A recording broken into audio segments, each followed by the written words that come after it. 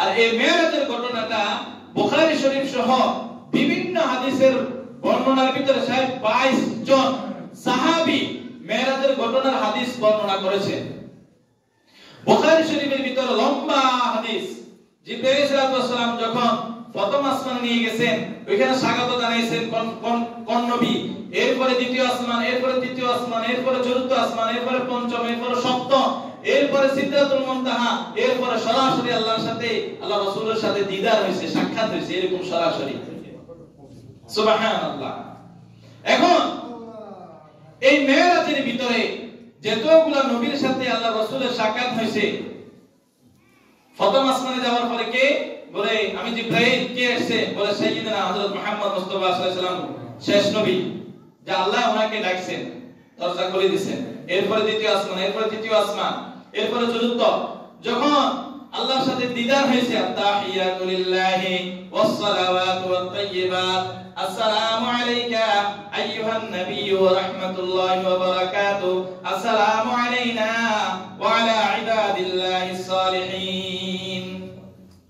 এটা আল্লাহ এবং আল্লাহ রাসূলের উভয়, আল্লাহ এবং আল্লাহ রাসূলের উভয় বৈঠকের সূরতের বর্ণনা করছেন, এখানে লম্বা আলোচনা। তো এখন এই যে মেরাজ আর ইসরার ভিতরে, এটা আল্লাহ রাসূল সাল্লাল্লাহু আলাইহি সাল্লামকে সশরীরে আল্লাহ পাক রব্বুল আলামিন করাইছেন, স্বপ্ন যোগে নয়, স্বপ্ন যোগে নয়। স্বপ্ন যোগে যদি হতেন তাহলে আল্লাহ পাক রব্বুল আলামিন সুবহান শব্দ ব্যবহার করতেন না। সুবহান মানে আশ্চর্য। আর একটা মানুষ 1460.9 কিলোমিটার রাস্তা সামান্য সময়ের ভিতরে চলে যাওয়া, এটা কি আশ্চর্য নয়? এইজন্য আল্লাহ পাক রব্বুল আলামিন বর্ণনা করতে সুবহানাল্লাযী আসরা বিআবদিহি বলে কি করছেন, বর্ণনা করছেন। তাহলে এই ঘটনার উপরে আকীদা এবং বিশ্বাস রাখা প্রত্যেক মুসলমানের ঈমানি দায়িত্ব এবং ফরজ, যে এইটা এবং বিশ্বাস করতে হবে যে আল্লাহ রাসূল সশরীরে মেরাজে গিয়েছেন, স্বপ্নযোগে নয়। এখন যখন আল্লাহ রাসূলের সাথে আল্লাহর দিদার হয়েছে, সাক্ষাৎ হয়েছে, এখন আল্লাহ পাক রব্বুল আলামিন আল্লাহ রাসূলকে কিছু হাদিয়া দিবেন।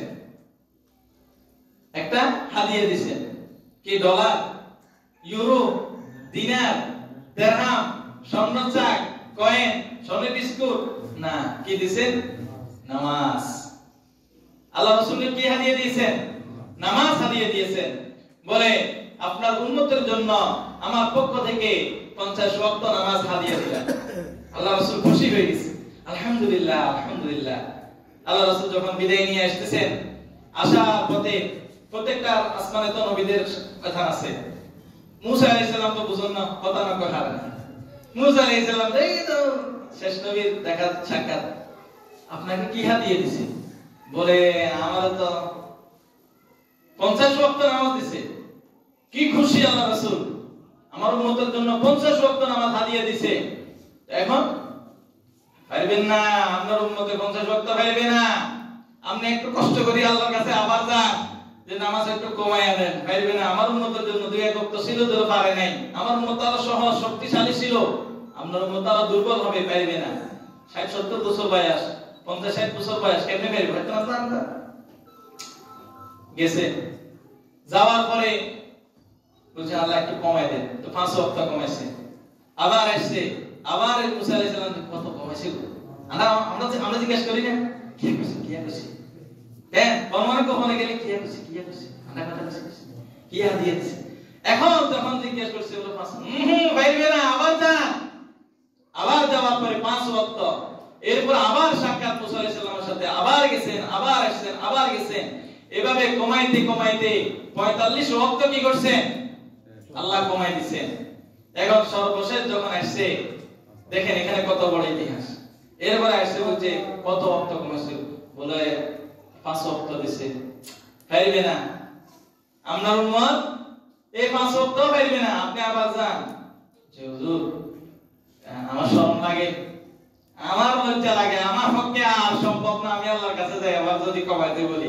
এখন যদি আবার যাই, আল্লাহ যদি বলে ঠিক আছে আর নামাজে লিখবে না, 5 ওয়াক্ত কমাই দিলাম, তুই তো আমি মাহরুম। আল্লাহ রাসূল কি বলতেছে? যদি এবার যায়, যদি এই 5 ওয়াক্ত কমাই ফেলে, কেন? যতবার গেছে 5 ওয়াক্ত কমাইছে, যতবার গেলাম 5 ওয়াক্ত কমাইলো, এখন আবার যদি যায় কয় ওয়াক্ত কমাইলো? এটা তো নিশ্চিত আমাদের ধারণা হয়ে গেছে যদি এবারেও তাই 5 ওয়াক্ত কমাই দিল তো আমার তো হাতিয়ে থাকলো না, না আমি আর যেতে পারবো না। এখন আল্লাহ পাক রব্বুল আলামিন বলতেছে, ও আমার হাবিব, ও আমার প্রিয় নবী, শেষ নবী হিসেবে, রাহমাতাল লিল আলামিন হিসেবে, আখিরি জামানার নবী হিসেবে আমি মুসার সাথে তুর পাহাড়ে কথা বলছি, আমার কাছে পর্যন্ত আনি নাই, কিন্তু মুসা আলাইহিস সালাম আমার ঝলক সহ্য করতে পারে নাই, সেই তুর পাহাড় জলি চোখের সুরমা হয়ে গেছে, চোখের ভিতরে সুরমা হিসেবে ব্যবহার করে মানুষ। কিন্তু আমার শেষ নবী, আমার পেয়ারা নবী, যাকে আমি বাইতুল্লাহ থেকে বাইতুল মুকাদ্দাস পর্যন্ত নিয়ে আসছি, সবগুলো নবীকে সরদার বানাইয়া, সবগুলো নবীকে নামাজের কাতারে দাঁড় করাইয়া আমার পেয়ারা নবী রাসূলকে দিয়ে আমি ইমামতি করাইছি, তোমাকে আমার পর্যন্ত নিয়ে আসছি, সরাসরি সাক্ষাৎ হয়েছে, দিদার হয়েছে। ও নবী, আমি জানি আপনার মনের খবর, আপনার কোন উম্মত যদি 5 ওয়াক্ত নামাজ তাকবীরুল্লাহর সহিত সুন্দরভাবে আদায় করে, ও নবী, আমি 50 ওয়াক্তের সওয়াব তার আমলনামায় লিখে দিব।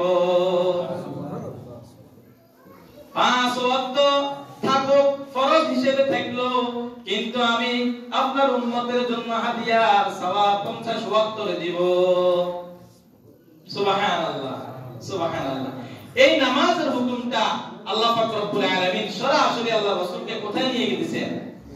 মেরাজে নিয়ে গিয়েছেন। বলতে পারবেন তো সবাই যেতগুলা বিধান আছে জিবরাইল আলাইহিস সালামে কে মাধ্যম হিসেবে ওহী দিয়া বিধানটি করছেন, কিন্তু নামাজের ব্যাপারে সরাসরি। এই জন্য এই নামাজের কথা আমাদেরকে স্মরণ রাখতে হবে, এই নামাজ আমাদেরকে পড়তে হবে, এই নামাজ আমরা ছাড়তে পারবো না, ছাড়া আমাদের মুসলমানদের পক্ষে কখনো সম্ভব নয়। আল ঈমান ওয়াল কুফরু দারুস সালাম, বাইনাল ঈমান ওয়াল কুফরি দারুস সালাম, বলছে ঈমানদার আর মুসলমান এবং কুফর কাফের এগুলোর মধ্যে ডিভাইডেড হলো একমাত্র নামাজ। নামাজ ছাড়া আর মুসলমান, ইহুদি, নাসারা, খ্রিস্টান, হিন্দু, বৌদ্ধ ওদের সাথে কোনো ডিভাইডেড পাওয়া যাবে না, শুধু নামাজ ছাড়া। এই জন্য এই নামাজকে আমরা যথাযথভাবে যেখানে থাকি তাকবীরুল্লাহ সহিত পড়ার চেষ্টা করব। নামাজ 5 ওয়াক্ত জামাতের সহিত পড়লে 5টা পুরস্কার আছে। আল্লাহ পাক আমাদের সকলকে যদি নেক হায়াত দান করে 5টা পুরস্কারের কথা আমরা ইনশাআল্লাহ আলোচনা করব। আল্লাহ পাক আমাদের সকলকে আমল করার তৌফিক দান করেন।